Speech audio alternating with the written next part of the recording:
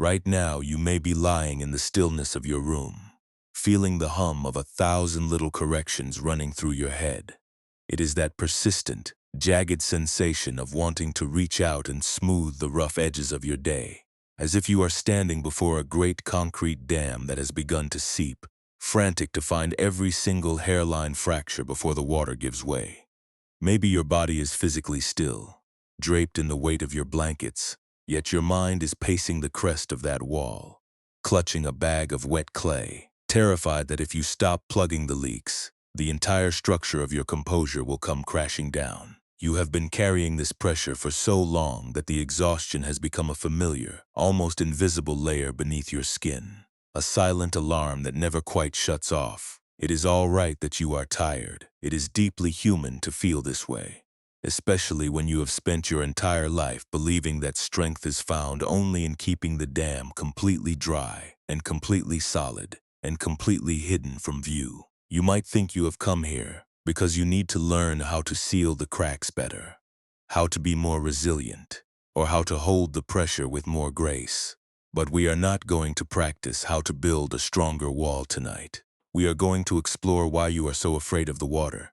Maybe you have felt this too. The moment a mistake happens or a weakness is revealed, you feel a sharp pang of alarm as if a new leak has sprung, and your first thought is always to hide it, to cover it, or to convince yourself it isn't really there.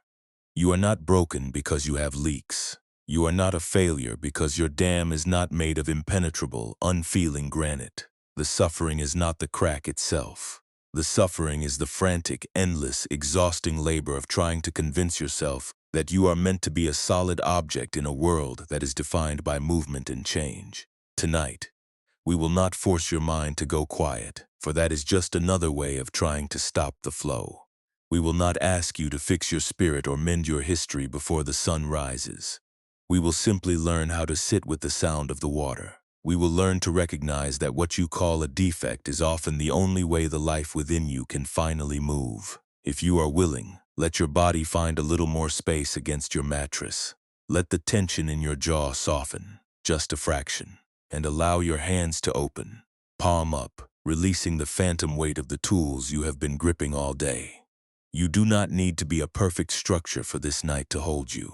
In fact, the more you can let go of the need to be impenetrable, the more you will find that the space around you is already supportive. You have been standing guard for a lifetime, watching for the first sign of instability, and you are allowed to finally put the mudcake tools down. You are safe enough to soften. You are safe enough to admit that the pressure you feel is just the weight of your own life trying to reach the light. When we talk about the dam, we are talking about the way we organize our entire sense of self around the idea of stability. We think that if we can just control our reactions, if we can just curate our image, and if we can just anticipate every single trouble before it arrives, we will finally be at peace.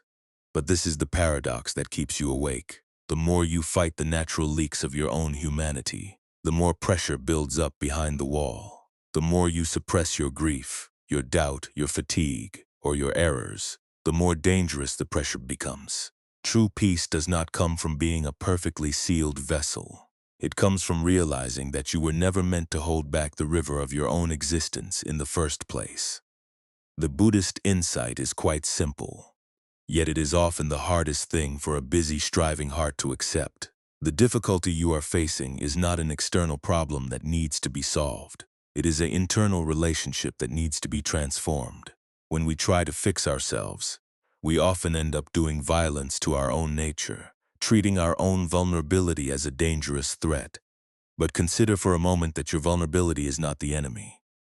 It is the very channel through which compassion, growth, and genuine connection enter the world. If you have been holding your breath, trying to keep the inner reservoir from spilling over, you can let it go now. A slow, gentle breath, in and out, is all you need to start. You don't have to be perfect for this meditation to reach you. You don't have to be calm before you begin.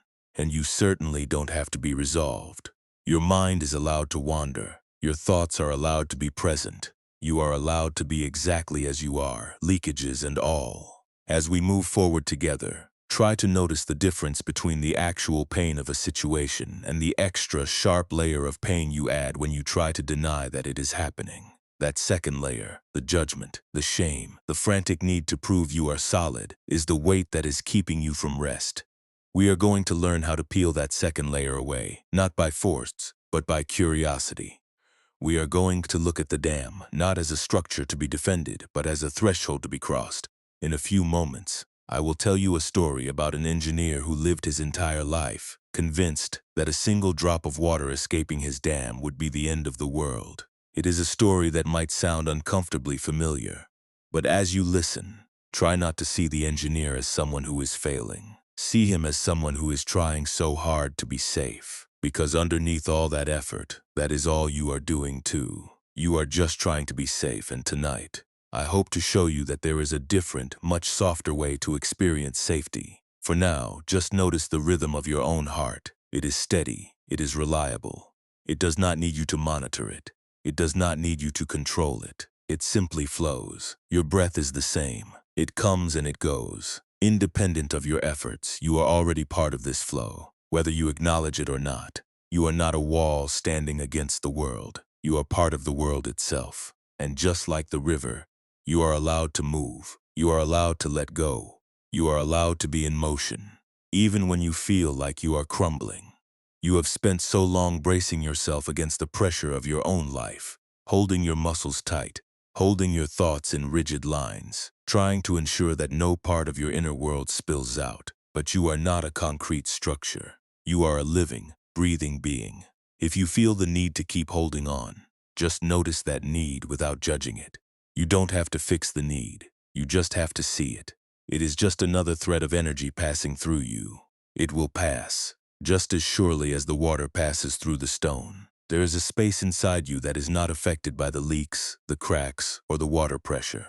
It is the space of awareness, the deep, quiet foundation upon which your life is built. This awareness is not a dam. It is the valley itself. It is the earth that supports both the water and the stone. It is not threatened by your humanity. It is not disappointed by your imperfections. It is the vast, open silence that is already holding you, even now, as you listen to my voice. You are not failing because you are tired. You are not losing because your control is slipping. You are simply reaching the end of a long, exhausting, and ultimately unnecessary struggle. You are allowed to stop for tonight. You are allowed to lower your guard and let the day rest on the floor. Everything you are worried about will be there tomorrow, but you do not have to carry it in your hands while you sleep. The dam has held enough for one day. You are ready to let the water settle. In a high valley where the air remains thin and crisp, there once lived an engineer named Kalen. His duty was to oversee the great stone reservoir that fed the village below. It was a massive, ancient construction of reinforced slate and thick mortar, built to hold back the snowmelt that roared down the peaks each spring. For decades, the dam had held. Kalen was a man of precise movements and quiet habits. He spent his days walking the long gray crest of the wall, his boots clicking against the stone in a rhythm that matched his measured heartbeat.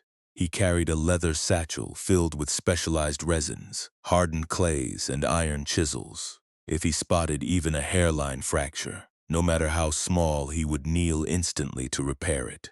He believed that his worth was measured by the dryness of the wall. He believed that the safety of the valley depended entirely on his refusal to let a single drop of water escape. The sound of a drip was, to Kalen, the sound of failure. It was the sound of a mistake that had to be rectified before the sun dipped behind the jagged horizon. He was diligent.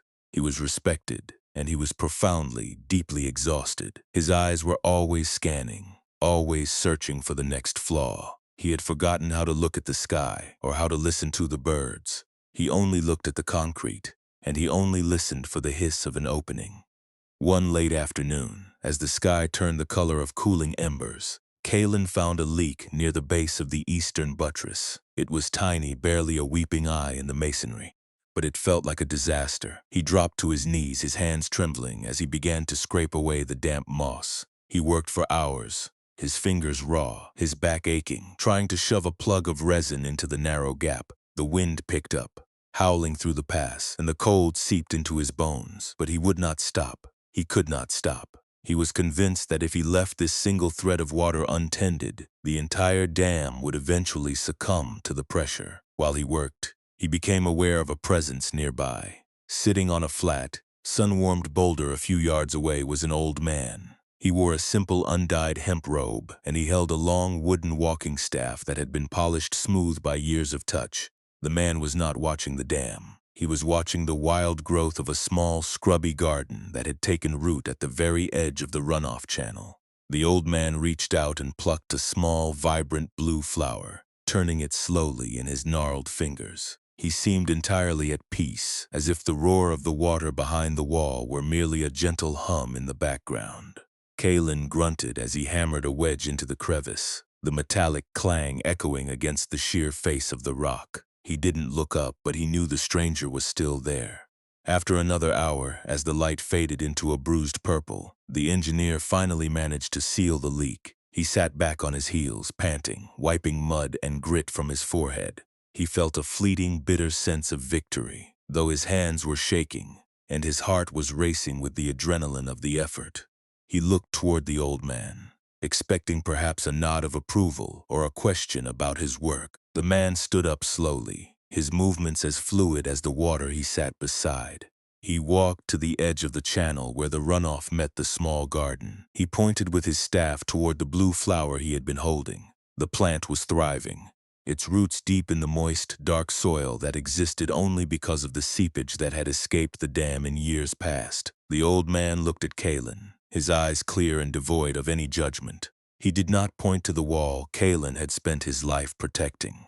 He pointed to the life that had grown in the wake of the leaks. The old man asked a single quiet question. He wanted to know if the engineer had ever stopped to ask what the water wanted to do. Kalen looked at the wall, then at the garden, and then at his own stained, aching hands. He wanted to speak, to explain the necessity of the structure, to justify the life he had built on the foundation of containment. But the words died in his throat. The old man simply nodded, turned, and began the long, slow walk down the mountain path, his staff clicking a gentle, steady tempo against the stones. He left no instruction. He left no command. He left only the sight of the garden, vibrant and alive, fed by the very thing Kalen had spent his entire life trying to destroy. Kalen stayed there for a long time. The night air grew sharp, and the stars began to pin themselves against the velvet dark. For the first time in many years, the engineer did not pick up his bag of resin. He did not look for the next crack. He sat on the damp earth, his hands resting in his lap, and listened. He heard the roar of the reservoir, vast and heavy, pressing against the concrete. But beneath that he heard the soft, persistent melody of the water moving through the rocks, finding its own path, creating its own life. He realized then that the pressure he felt inside his own chest was not the pressure of the water. It was the pressure of his own grip. He had been holding on so tight that he had become a prisoner of his own duty. He had confused stability with stillness, and he had confused safety with stagnation. The reservoir was full, yes, but it was also silent, dark, and still. There was no life in the center of that deep, heavy pool. The life was only at the edges, where the water was allowed to move, to spill, and to flow. He looked at his hands, marked by years of labor. He realized they were not instruments of protection, as he had believed, but instruments of limitation. He had spent his existence building a wall that kept the world at a distance, and in doing so, he had kept himself at a distance from his own nature. He had been fighting against the inevitable shift of the mountain, against the nature of the melting snow, and against the very essence of what it meant to be a man living in a world that was constantly, beautifully changing. The insight was like a cool breeze moving through a stifling, windowless room. He felt a sudden, profound sense of release, not because the dam had vanished, but because his relationship to it had shifted. He was no longer the master of the wall. He was merely a witness to the valley. He stood up, and for the first time in his life, he did not walk the crest of the dam to inspect for flaws. He walked to the base of the wall, to the place where he had spent so many hours in frantic, desperate labor. He sat down in the soft mud, near the blue flowers, and he allowed himself to simply feel the cold air on his face. He didn't try to solve the mystery of the dam. He didn't try to plan his next repair. He just allowed himself to be present. The exhaustion that had been his constant companion for so long began to recede, replaced by a quiet, hollowed-out kind of stillness. It was the stillness of a cup that had been emptied of its sediment. It was a space, waiting to be filled by something other than his own fear. He didn't know what tomorrow would bring. He didn't know if the dam would hold, or if it would finally, inevitably, give way to the strength of the spring melt. But for this night, he realized it didn't matter. He was a part of the valley, and the valley would hold him, regardless of whether he was holding the wall. He was not the engineer, he was the mountain. He was the rain. He was the garden. He was the flow. And in that realization, the heavy, stone-like tension in his shoulders finally began to unfurl. He closed his eyes and listened to the sounds of the night, to the rustle of the wind through the high pines, and to the distant, rhythmic pulse of the water against the slate. It was a sound he had heard 1,000 times before, yet it sounded entirely different now. It was no longer a threat. It was a lullaby. It was the sound of the world breathing, expanding, and letting go.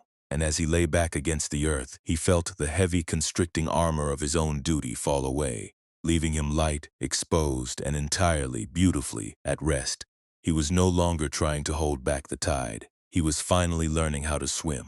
This story of the engineer is not asking you to abandon your responsibilities, nor is it suggesting that you simply stop caring about the integrity of your life. It is not a call to become cold, indifferent, or passive. It is a whisper from a deeper place, a suggestion that perhaps the exhaustion you feel is not caused by the weight of the water itself, but by the relentless, unceasing effort to hold it back with your own strength. Think of the reservoir behind the wall. It is vast and is deep. It represents everything that life has poured into you. Your history, your emotions, your losses, your quiet triumphs, and the many small failures you have been trying so hard to contain. When we look at this reservoir, we often see a threat. We see a force that might overwhelm our carefully constructed sense of self. And so, we spend our days pacing the crest of the wall, clutching our bags of resin, waiting for the first sign of a leak so we can rush to plug it, fix it, or hide it from the world. The suffering Kalen faced, the suffering you may be facing tonight, is not located in the fact that there is a leak in the wall. The leak is simply a fact of living. It is the way life naturally moves through the structures we build to contain it.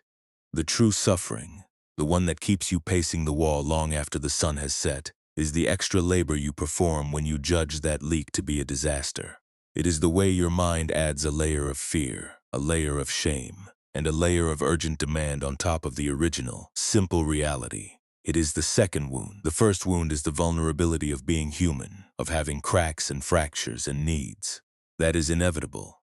But the second wound, the one that truly drains your spirit, is the voice that tells you that you should not be this way, that you are doing something wrong, and that you must scramble to fix it immediately if you want to remain worthy of safety. This is what it means to be attached. It is not that you are attached to the water. You are attached to the idea that you must be the one who controls it. You are attached to the image of the dry, solid wall. You are so committed to the version of yourself that is impenetrable and perfect that you have lost the ability to notice the garden growing at your feet.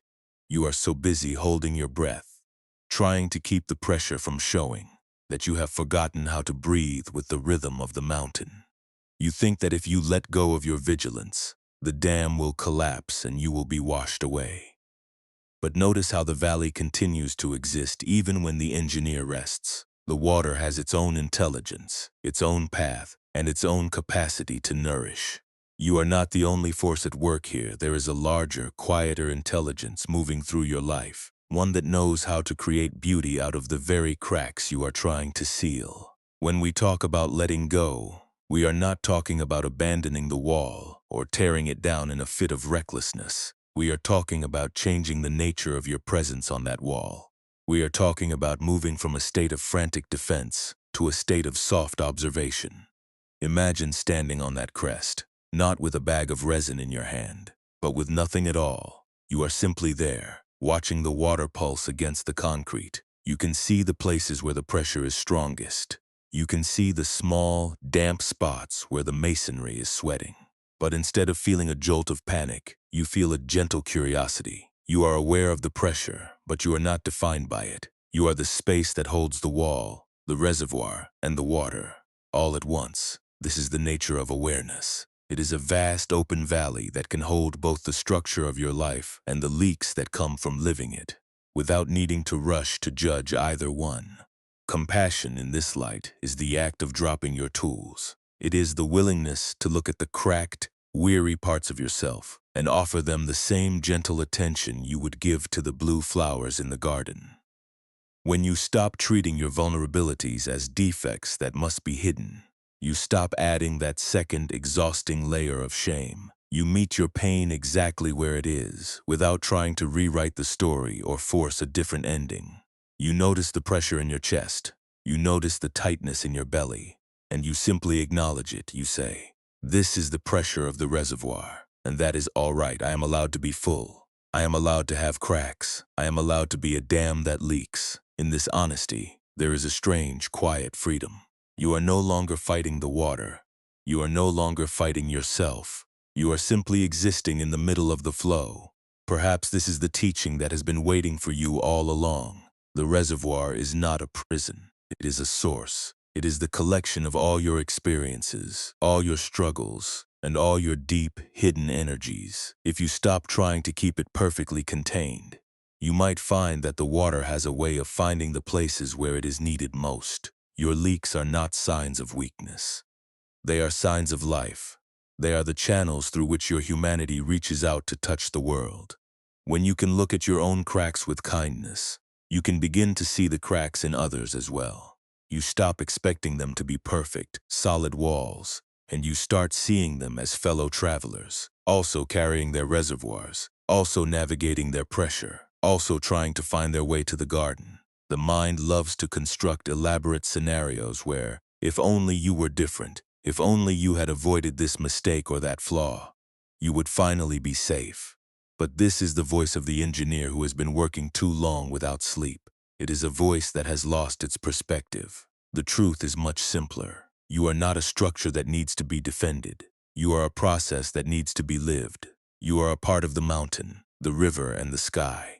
You are constantly in a state of adjustment, of flow, and of change. And this is not a mistake. This is exactly how you are meant to be. The cracks are where the light gets in, and the leaks are where the life gets out. If you were a perfect, unyielding wall, you would be static, you would be silent, and you would be incredibly lonely. But you are a living, breathing being who is capable of being touched by the world, and that is a far more beautiful and durable way to exist. As you sit with these thoughts, let yourself notice where you are still clutching those imaginary bags of resin. Where are you still trying to plug a leak that doesn't need to be closed? Is it in the way you replay a conversation from your day?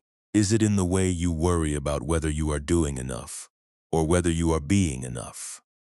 Can you see that these are just habits of the mind, patterns that have developed because they once felt like they were keeping you safe? You can thank them for their service, but you don't have to listen to their commands anymore. You can decide that tonight you are off duty. You can decide that the dam will hold, or it will leak, or it will stand, or it will change, but that none of this is something you have to solve before you close your eyes. You are moving toward a place where the need to be solid is being replaced by the willingness to be real. This is a subtle shift, but it changes everything. When you are real, you don't have to keep up the appearance of the dry wall. You can be damp, you can be weary, you can be uncertain, and you can still be standing. You can still be whole, even in the middle of your own unfolding. And the peace that you find in this place is not a temporary relief from the pressure. It is a fundamental shift in how you relate to the pressure itself. You are no longer standing against the water. You are standing with it. There is a deep, quiet strength in this realization. It is the strength of the willow that bends in the wind, compared to the oak that stays rigid until it snaps. You are learning the wisdom of the bend. You are learning that you don't have to be unmoved to be secure. You can be moved by the life you are living. You can be moved by the emotions you are feeling. And you can still remain grounded in the earth of your own presence.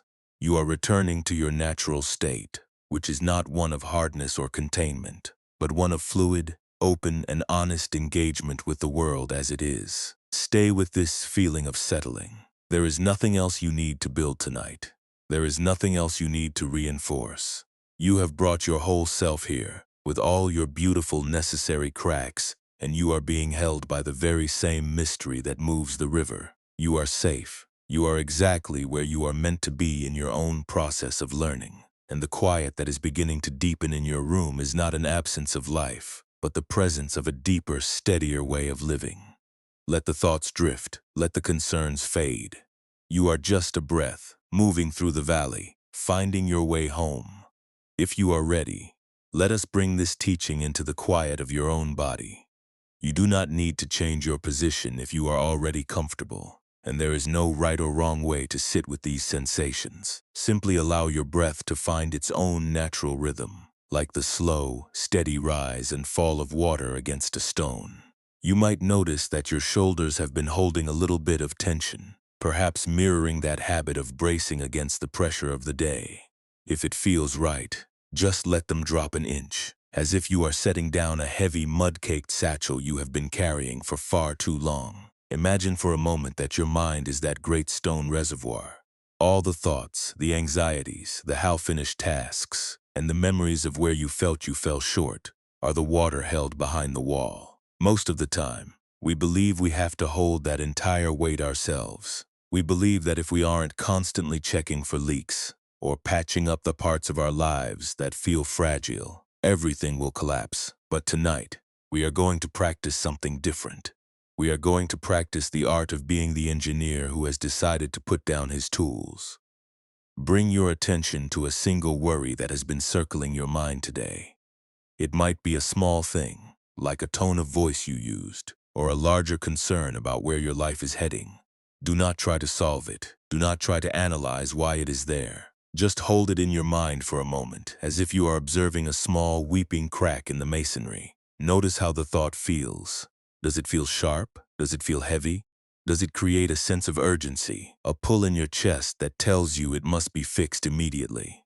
Just watch that feeling. You are the space where the thought is happening, and you are far larger than the thought itself. If you feel the urge to intervene, if you feel the reflex to start patching the crack with your internal resin, just notice that reflex. You can even name it silently to yourself. You can say, "This is the urge to fix," or "This is the fear of losing control." You don't have to follow the urge. You don't have to obey the command to intervene. You are simply practicing the act of noticing the leak without being defined by it. Imagine now that you are standing at the base of your own inner wall, looking at that specific worry. Instead of reaching for your satchel, imagine that you simply open your hands. You are acknowledging that the crack is there. You are acknowledging that the water is pressing against the stone. But you are choosing to stand in the mud of the valley floor, grounded and calm, rather than pacing the crest in a panic. You are allowing yourself to be a part of the landscape, rather than its defender. What happens when you decide to let that leak be? Does the world end? Does the dam vanish into nothingness? Or does the water simply continue to move, finding its own way, nourished by the reality of the present moment? You might find that as you stop fighting the leak, the sensation of urgency begins to fade. It may not disappear entirely, and that is perfectly fine. The goal is not to empty the reservoir, but to change your relationship to the wall. You are teaching your nervous system that it is safe to stop bracing. You are teaching your mind that you are not the only force maintaining your life. There is a greater flow, a larger rhythm, that includes both the structure and the seepage. Take another slow breath and let it move all the way down into your belly. With every exhale, imagine that you are releasing a little more of that stiff defensive armor. You are not losing your integrity. You are not losing your strength. You are simply shedding the exhaustion of a performance you no longer need to give. You can be whole, you can be stable, and you can be aware, even while acknowledging the parts of your life that feel imperfect or unfinished. If your mind wanders, and it will, do not worry. That is just the old habit of pacing the crest. Gently acknowledge that you have drifted, and then just as gently bring your attention back to the breath, back to the feeling of being here in this room, held by the silence. You don't need to be a master of this practice. You don't need to reach a state of perfect stillness. Even the smallest moment of noticing, Even the briefest flash of awareness that you are holding on too tight is a victory. It is the beginning of a different way of living. There is no deadline for this work. You have tonight, you have tomorrow, and you have all the days that follow. You are not being graded on how well you can let go. You are just being invited to soften, bit by bit, layer by layer, until the person who is trying so hard to control everything finally realizes they are allowed to rest. Think of the garden that grew at the base of the mountain in our story. It didn't grow because the engineer wanted it to. It didn't grow because he planned it. It grew because the water was allowed to move and the soil was allowed to be receptive. You are the soil, and you are the water, and you are the garden. You have everything you need within you to flourish, even in the middle of your own limitations. If you feel a surge of resistance, or if the mind tells you that this is dangerous, that is just the voice of the old engineer. You can hear that voice. You can understand why it is trying to protect you, and you can let it pass. You don't have to argue with it. You don't have to silence it. You just have to realize that you are the valley, not the voice. Stay with this softness for a while longer. Feel the weight of your body sinking into the bed. Feel the way the room supports you, not asking you to do anything, not requiring you to be anything other than a person breathing in the dark. The dam will stand or it will change. But for now, you are not responsible for the entire architecture of the world. You are only responsible for this one breath, this one moment of allowing, and this one choice to put down the tools of your own defense. It is a quiet power, this ability to stand in the middle of your own life and say, it is okay that I am leaking, it is okay that I am tired, it is okay that I haven't got it all figured out. This is not defeat. This is the ultimate profound form of honesty. It is the honesty of a mountain that does not try to hide its erosion, and the honesty of a river that does not try to hide its path.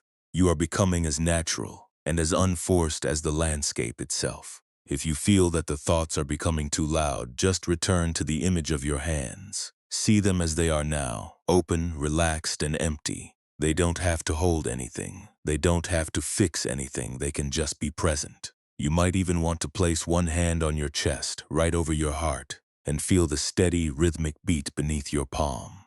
That beat is the sound of your life, the pulse of your own reservoir, continuing on. Regardless of whether the wall is perfect, you are alive, you are here, and you are being carried by a river much deeper and much wider than any worry you could ever imagine. Everything you need to face tomorrow is already contained within this ability to return to the present.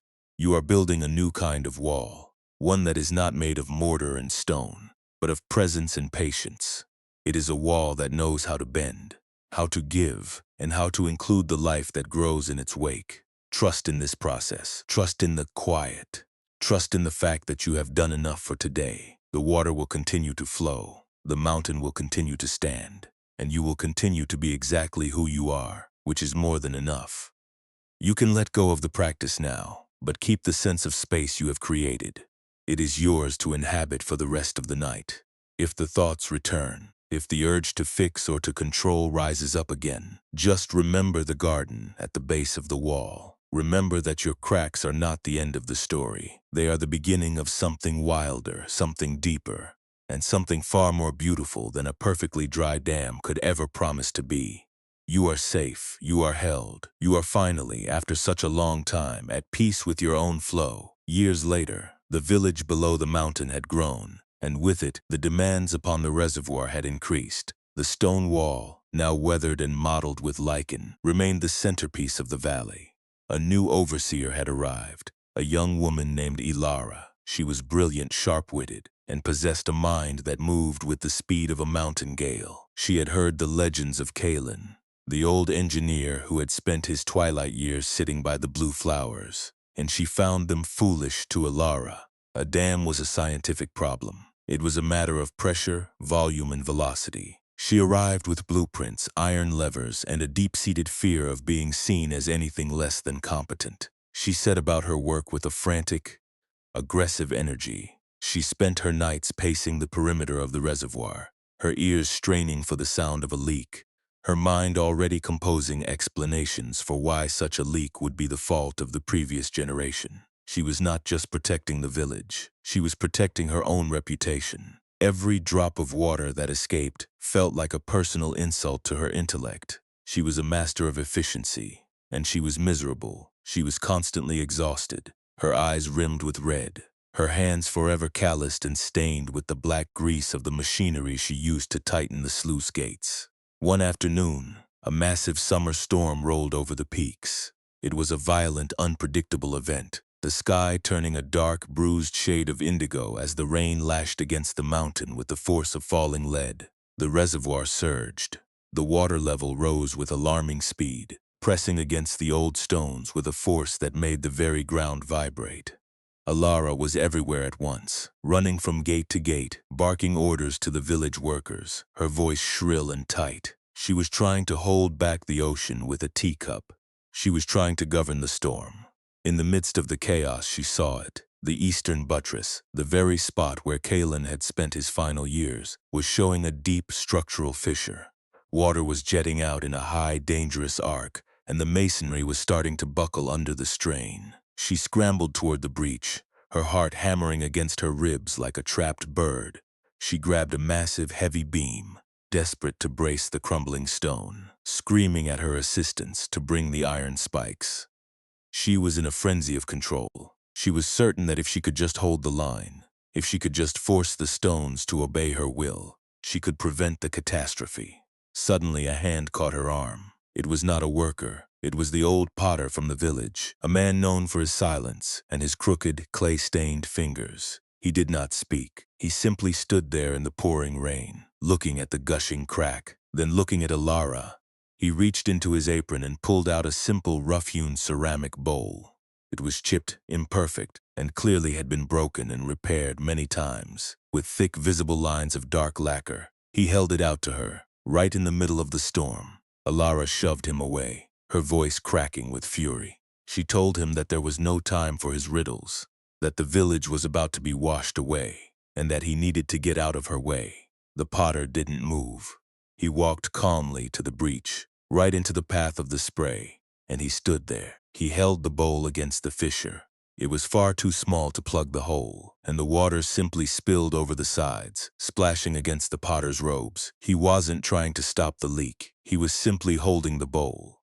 Alara stared at him, bewildered, her rage momentarily eclipsed by confusion. She watched as the potter, standing amidst the roar of the deluge, closed his eyes. He wasn't bracing. He wasn't fighting. He was simply letting the water flow into the bowl and overflow, creating a small, calm pool at his feet. He looked at Alara, and for the first time she saw a clarity in his expression that she had never once possessed herself. It was the clarity of someone who had stopped arguing with the storm. He spoke then, his voice barely audible over the thunder. He said that the bowl was not meant to hold the ocean, but to remind the water that it was being held. He told her that she was not the dam, and she was not the storm, and she was not the failure. She was only the person standing in the rain. And then he did something that changed everything. He stepped aside, and he handed the bowl to Alara. He told her to simply hold it. Alara hesitated, her hands shaking, her entire being wired for defense. But as she took the bowl, something in her snapped. It was not a violent snap, but a release. She looked at the gushing water, and she realized with a sudden devastating clarity that she could not stop it. The pressure was greater than her strength. The storm was greater than her plans. The village might be safe, or it might not, but her frantic, panicked struggle was doing nothing but destroying the only person she had left to protect, herself. She stopped. She didn't drop the beam, but she lowered it. She didn't stop the workers, but she stopped shouting. She stood beside the old potter, holding the small, broken, repaired bowl in the path of the water, and she let the rain drench her clothes. She felt the cold on her skin, the ache in her bones, and the raw, terrifying truth of her own limitation. And in that moment of absolute surrender, she did not feel small. She felt vast. She felt connected to the storm, connected to the stone, and connected to the broken, beautiful life that was spilling over the edges of her own hands. The dam did not collapse. The storm eventually moved on, the sky cleared, and the reservoir settled into a manageable rhythm. But Alara was a different woman. She didn't return to her blueprints. She didn't return to her frantic patrols. She spent the following weeks sitting in the workshop with the potter, learning how to work the clay, She learned that a bowl only has value because of the space inside it, and that a crack is not a defect but a place where the history of the object is recorded. She became a better engineer, not because she grew more powerful, but because she became more porous. She stopped trying to hide the leaks. She created systems that allowed the water to breathe, that allowed the mountain to shift, and that allowed the village to coexist with the wild, unpredictable nature of the peaks. She never lost her focus, but she lost her rigidity. She learned how to breathe before she acted. She learned how to stand in the storm without feeling that she had to be the one to stop it. She kept the potter's bowl on her desk, right beside her tools. It was a constant, silent reminder that her strength was not in her ability to contain, but in her ability to participate. She still managed the reservoir, but she did it with the grace of a woman who knew that the earth was holding her, and that she was finally, fully, a part of the flow. She had stopped trying to fix her life, and had started for the very first time to actually inhabit it. This shift was not a grand, dramatic epiphany that changed her character overnight. It was the quiet, steady result of choosing, in that one moment of crisis, to simply hold the bowl. It was the choice to stop the war against her own limits, and to instead see those limits as the frame within which her humanity was allowed to happen. You have been holding a beam, dear friend, trying to brace the fissures of your own life against a storm that is much larger than you. You have been terrified that if you put the beam down, the village would suffer. But look at what happens when you hold the bowl instead. Look at what happens when you just hold the space and let the water flow. You don't have to be the one who fixes the storm. You don't have to be the one who ensures that everything remains dry and perfect. You are allowed to be the one who stands in the rain, feeling the cold, accepting the flow, and realizing that the space within you is already strong enough to hold the weight of your experience. You are not a wall. You are a vessel, and the vessel is not diminished because it has been broken and repaired. It is deepened. It is made real. It is made ready to hold the life that is pouring into it. Right now, in the middle of your own unfolding storm, you may have noticed that the most exhausting part of your day is not the actual work you do or the challenges you face. It is the commentary that runs alongside these events. When a mistake occurs, that is simply an event. It is like a stone falling into the reservoir, but the mind immediately grabs that stone and begins to examine it for flaws, judging its shape, its weight, and what it says about your worth as an engineer. This is the second layer. The extra labor that turns a minor leak into a crisis of identity. You are not just dealing with the water. You are dealing with the internal supervisor who is terrified that any sign of permeability will be seen as incompetence. This supervisor is fueled by a profound hidden fear of uncertainty. It believes that if it can just manage every variable, if it can just predict every crack before it opens, then it will finally be safe. But safety, in this rigid sense, is an illusion. The mountain is always shifting. The weather is always turning. The reservoir itself is a place of constant internal pressure. To demand that your life remain entirely static and sealed is to demand that it cease to be a living, breathing thing. Think about the way you rehearse the future. You stand at the top of your wall, looking out over the dark, distant valley, trying to calculate the strength of storms that have not yet arrived. You are worried about the integrity of the buttresses 5 years from now. You are worried about the impact of a drought that exists only in your imagination. By doing this, you are not protecting your future. You are spending the limited energy you have today on a scenario that does not yet exist. You are sacrificing your actual, tangible life for the sake of a hypothetical, frozen version of it. This is the mechanism of resistance. You are resisting the present moment because it feels too exposed, too open, and too uncontrollable. You cling to the future as if it were a solid handrail, when in truth it is only a shadow on the wall. Then there is the habit of replaying the past. You visit the old cracks, the ones you repaired years ago, and you wonder if you used the right resin. You wonder if you missed a hairline fracture that is now causing a secret, slow decay. You are keeping the past alive, not as a memory to be learned from, but as a ghost to be appeased. You are trying to fix what has already flowed through the channel. This is the attempt to gain control through shame. If you can convince yourself that your past mistakes were catastrophic, You believe you are somehow honoring the severity of the responsibility you hold. But this does not make you a better engineer. It only makes you a tired one. It makes you someone who is so burdened by the weight of old stones that you cannot see the sunlight currently hitting the surface of the water. This is the deeper Buddhist insight. The suffering you experience is fundamentally a matter of orientation. The first kind of pain is the objective reality of the human condition. It is the cold rain on your face when you are already tired. It is the frustration of a project that doesn't go as planned. It is the natural grief that comes when things change or when we lose something we held dear. This is the water in the reservoir. It is neutral and it is inevitable. We cannot stop the rain from falling. We cannot stop the stone from wearing down. But the second kind of pain is the one we cultivate ourselves. It is the resistance to the first kind of pain. It is the screaming at the sky while you are already getting wet. It is the refusal to accept that the dam has a crack, and the subsequent self-hatred for failing to keep it perfect. When we stop trying to eliminate the first pain, we find that our capacity to hold it changes. We stop being the victim of the reality, and we start being the witness to it. When you judge yourself, you are acting as both the prisoner and the jailer. You identify your worth with the dryness of the wall. If the wall is dry, you are good. If the wall leaks, you are bad. This is a fragile way to live, because it means your sense of self is constantly tethered to the masonry. But what if you were not the wall at all? What if you were the space in which the wall exists? Awareness is that vast, unmoving valley. It is not bothered by the leaks. It is not threatened by the water. It can hold the entire history of your successes and your failures without being stained by either.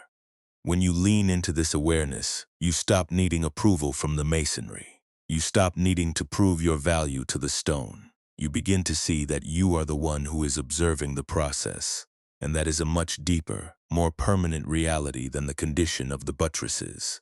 This does not mean you stop acting. It means you change the source of your actions. Instead of acting from a place of fear, the fear that you are not enough, the fear that you are failing, you start to act from a place of presence.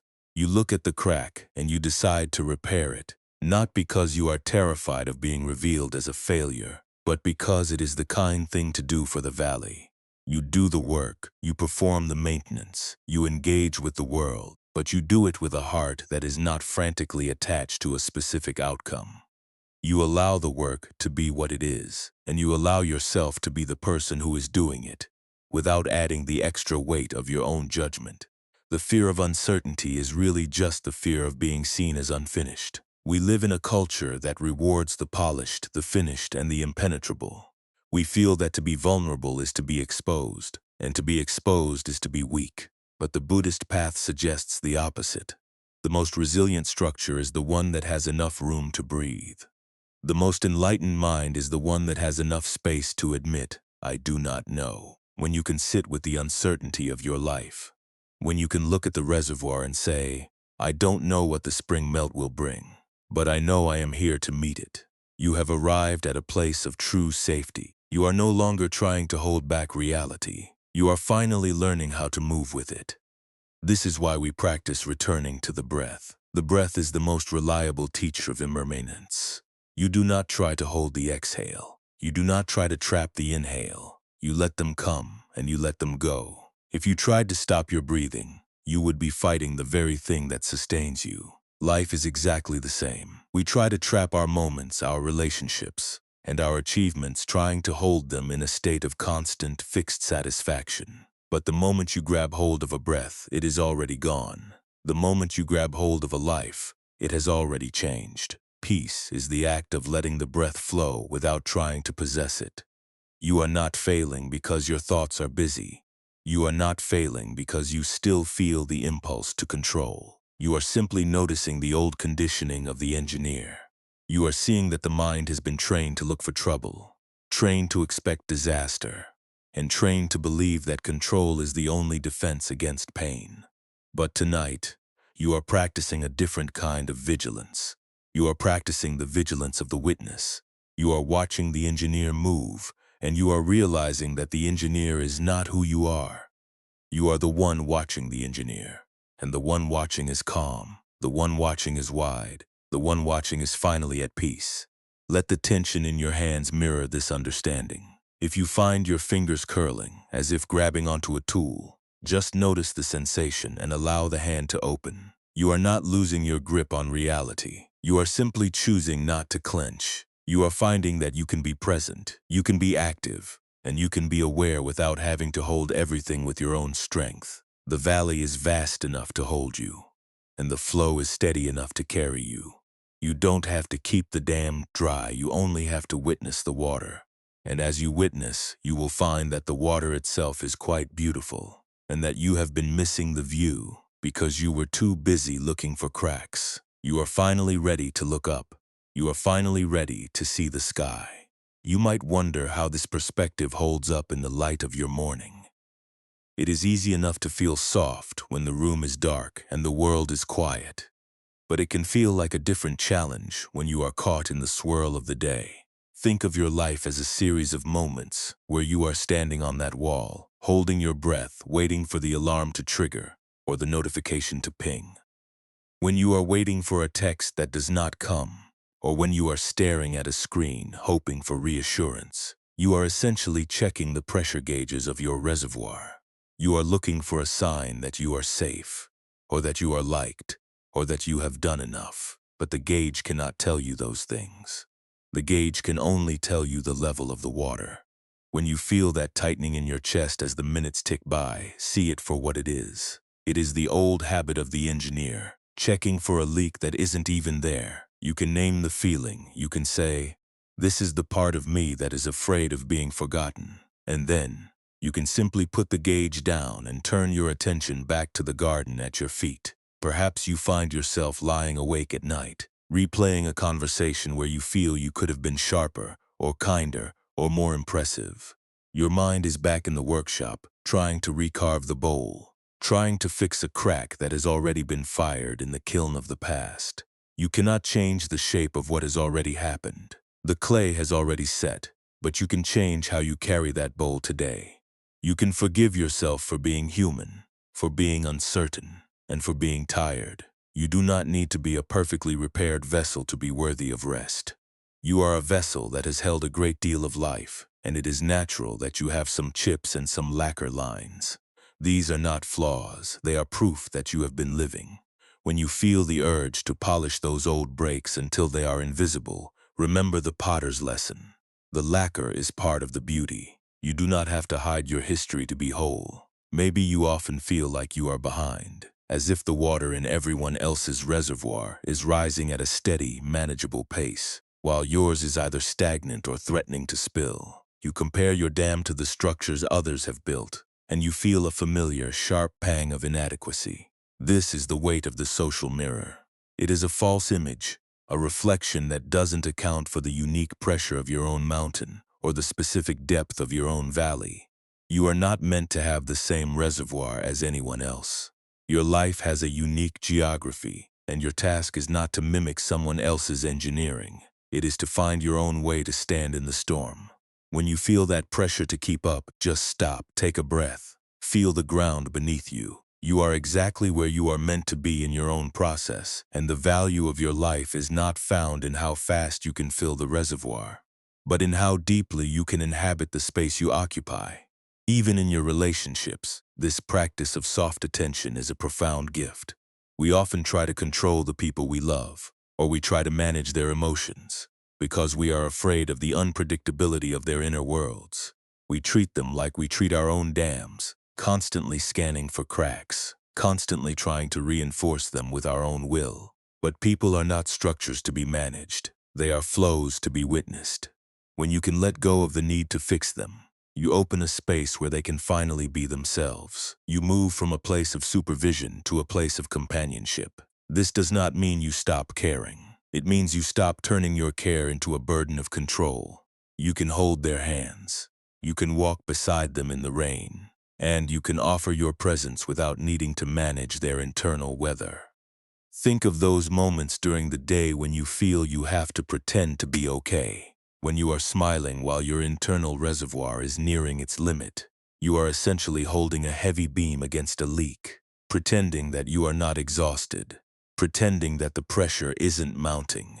It is a lonely way to live. But what if you could be honest even just with yourself? What if you could admit, I am tired and I am feeling the pressure, and that is okay? You don't have to announce it to the world if you aren't ready, but you must be honest with the one person who matters, yourself. When you acknowledge your own fatigue, you stop the extra struggle of denying it. You create a tiny, quiet pocket of freedom inside your own heart. That pocket of freedom is where your rest begins. You do not have to earn the right to be weary. You do not have to prove you are a good engineer to justify your need for silence. There are moments when you might feel guilty for stopping, for taking a pause, or for simply sitting in the quiet. This is the ghost of the duty you have been carrying for so long, whispering that you should be doing more, that there is always another leak to patch. But the mountain does not apologize for its existence. The river does not feel guilty for flowing. You are part of that natural order. You have a right to exist that is completely independent of your productivity. When you feel that tug of guilt, look at your hands. Are they gripping a tool? Are they clenched in a fist? Gently open them. Remind yourself that you have already done enough for today. The reservoir will be there tomorrow, and the world will not fall apart because you have decided to set the beam down and rest. In these small daily acts, a pause before answering a difficult email, a conscious choice to drop your shoulders while standing in line, an admission that you don't have to have all the answers right now. You are building a new way of being. You are moving away from the identity of the fixer and into the identity of the witness. It is a subtle shift, but it is the difference between a life of constant grinding friction and a life of fluid, open participation. You are learning to trust the valley. You are learning that the water will flow whether you are trying to manage it or not, and that the only thing you truly have any power over is the quality of your own presence. You are not being asked to change your life overnight. You are being invited to change the way you move through it. You are being invited to bring this same soft, bowl-holding awareness into the supermarket, into the office, into your home, and into the dark, quiet minutes before sleep. Whenever you feel that familiar rise of anxiety or that desperate urge to fix, just stop. Take a single breath. Remember the potter's bowl. Remember that your goal is not to stop the flow, but to hold the space. You will find that as you do this, the world becomes a little less threatening, and you become a little more real. You will find that you can handle the pressure, not because you are tougher, but because you are softer. You are finally becoming the mountain. And there is nothing in this world that can move a mountain that has already learned how to surrender to the rain. The dam you have been guarding through so many long seasons is not the true structure of your life. It is merely a shadow you cast upon the mountainside, a shape made of worry and the phantom weight of what you thought you needed to hold. As the night deepens, let yourself drift away from the crest of that wall. You do not need to check the masonry one last time. You do not need to look for the water or fear the pressure of the snowmelt. The valley is vast, the earth is deep, and the flow is already moving, exactly as it must, without your permission and without your intervention. Feel your body becoming heavy, sinking down into the soft mattress like the river, settling into its deepest channel. You are not holding anything now. You are being held. The rigid, stone-like tension that defined your long days is melting into the dark, liquid quiet of this room. Your muscles are finally letting go of the bracing, the tightening, and the constant, silent preparation for a storm that has already passed. There is no beam for you to carry. There is no resin for you to apply. There is no gate that you must force shut before the dawn. The reservoir of your mind, which felt so turbulent and so full, is now beginning to mirror the stillness of the midnight sky. Imagine the surface of that deep water, dark and glassy, reflecting the infinite distance of the stars. It is quiet. It is wide. It is completely undisturbed by the ripples of a thought that no longer demands to be followed. You are not a prisoner of the architecture you built. You are the space that allows the water, the stone, the night, and the silence to exist in perfect, unforced harmony. Let your breathing slow until it is almost imperceptible, a gentle pulse that moves through you like the tide against the shore. You are becoming a part of the landscape. You are becoming the mountain, the deep, still pond, and the soft, cool air moving through the pines. The identity of the engineer, the one who worried and calculated and feared, is dissolving like mist at the edge of the woods.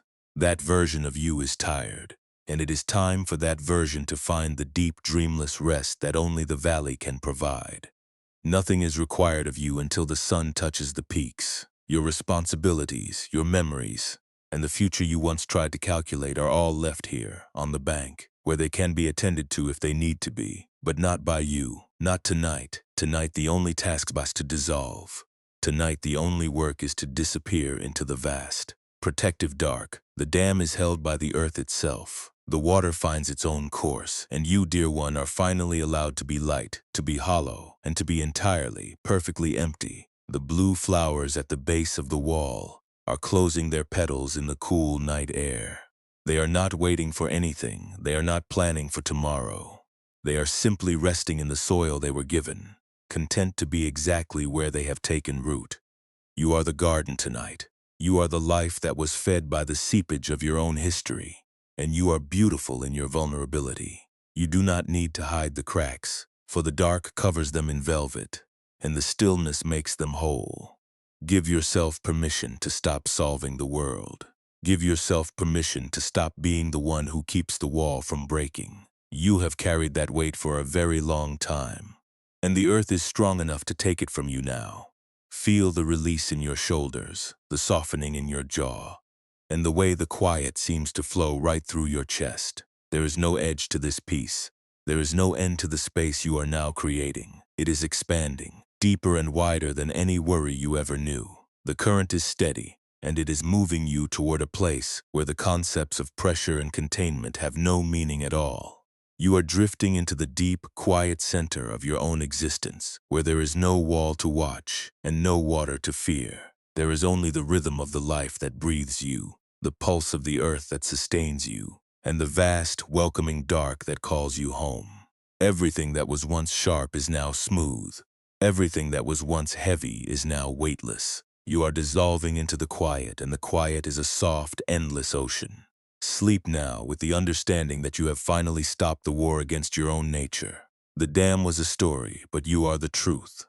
The wall was a mask, but you are the life, and as the last light of the conscious mind fades into the velvet shadow, trust that the river knows the way it always has. The only thing you ever had to do was to stop holding the gate, and finally, beautifully, let the water flow. And what if the peace you have been guarding at such a great cost was never something you needed to protect, but something you only ever needed to release?